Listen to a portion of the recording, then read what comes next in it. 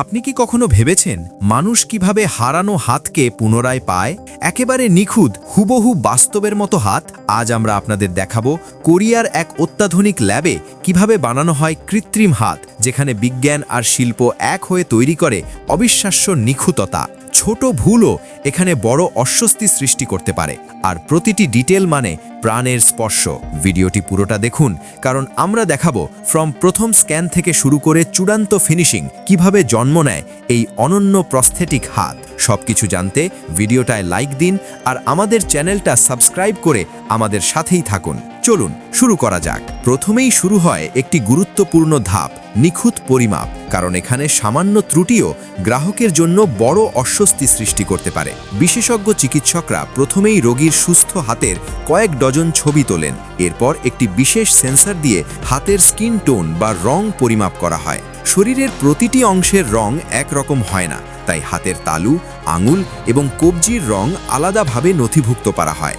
এরপর শুরু হয় ক্ষতিগ্রস্ত অংশের ক্লোনিং প্রক্রিয়া। প্রথমে হাতের কাটা অংশে প্রচুর ভ্যাসেলিন মাখানো হয়, যাতে ছাঁচ নেওয়ার সময় কোনো সমস্যা না হয়। এরপর এক ধরনের বিশেষ সিলিকন বা অ্যালজিনেট মিশ্রণ দিয়ে সেই অংশের ছাপ নেওয়া হয়। একইভাবে সুস্থ হাতের 3D স্ক্যান করা হয়, যাতে কৃত্রিম হাতটি দেখতে একদম হুবহু সত্যিকারের হাতের মতো হয়। পরের ধাপে জিপসাম পাউডার বা প্লাস্টার ব্যবহার করে একটি প্রাথমিক ছাঁচ তৈরি করা হয়। প্রায় 1 ঘন্টা পর জিপসাম শক্ত হয়ে গেলে নিখুঁত একটি ছাঁচ বের হয়। এখন আসে আধুনিক প্রযুক্তির ব্যবহার। এই ছাঁচগুলো 3D স্ক্যানার দিয়ে কম্পিউটারে নেওয়া হয়। দক্ষ ইঞ্জিনিয়াররা সফটওয়্যারের মাধ্যমে 2 হাতের ডেটা মিলিয়ে চূড়ান্ত 3D মডেল তৈরি করেন।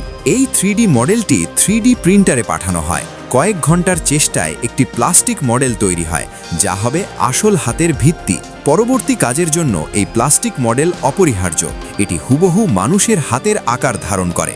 এবার নখ বানানোর পালা, কিন্তু নখ সাধারণ প্লাস্টিক নয়, এটি ডেন্টাল অ্যাক্রিলিক দিয়ে তৈরি।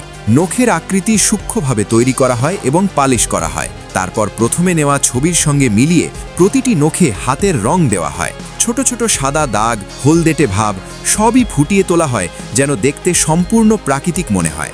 এখন আসল চ্যালেঞ্জ, হাতের চামড়া তৈরি। আগেই নেওয়া স্কিন টোনের মানগুলো মেশিনে ইনপুট করা হয়। মেশিনটি বিভিন্ন রঙের পিগমেন্ট মিশিয়ে গ্রাহকের চামড়ার মতো লিকুইড সিলিকন তৈরি করে। এখানে শুধু এক রঙের ব্যবহার নয়, বরং মানুষের চামড়ার নিচের লালচে ভাব, নীলচে শিরা সবই আলাদা স্তরে ঠুটিয়ে তোলা হয়। ডিটেইলিং হলো সবচেয়ে মুগ্ধকর অংশ।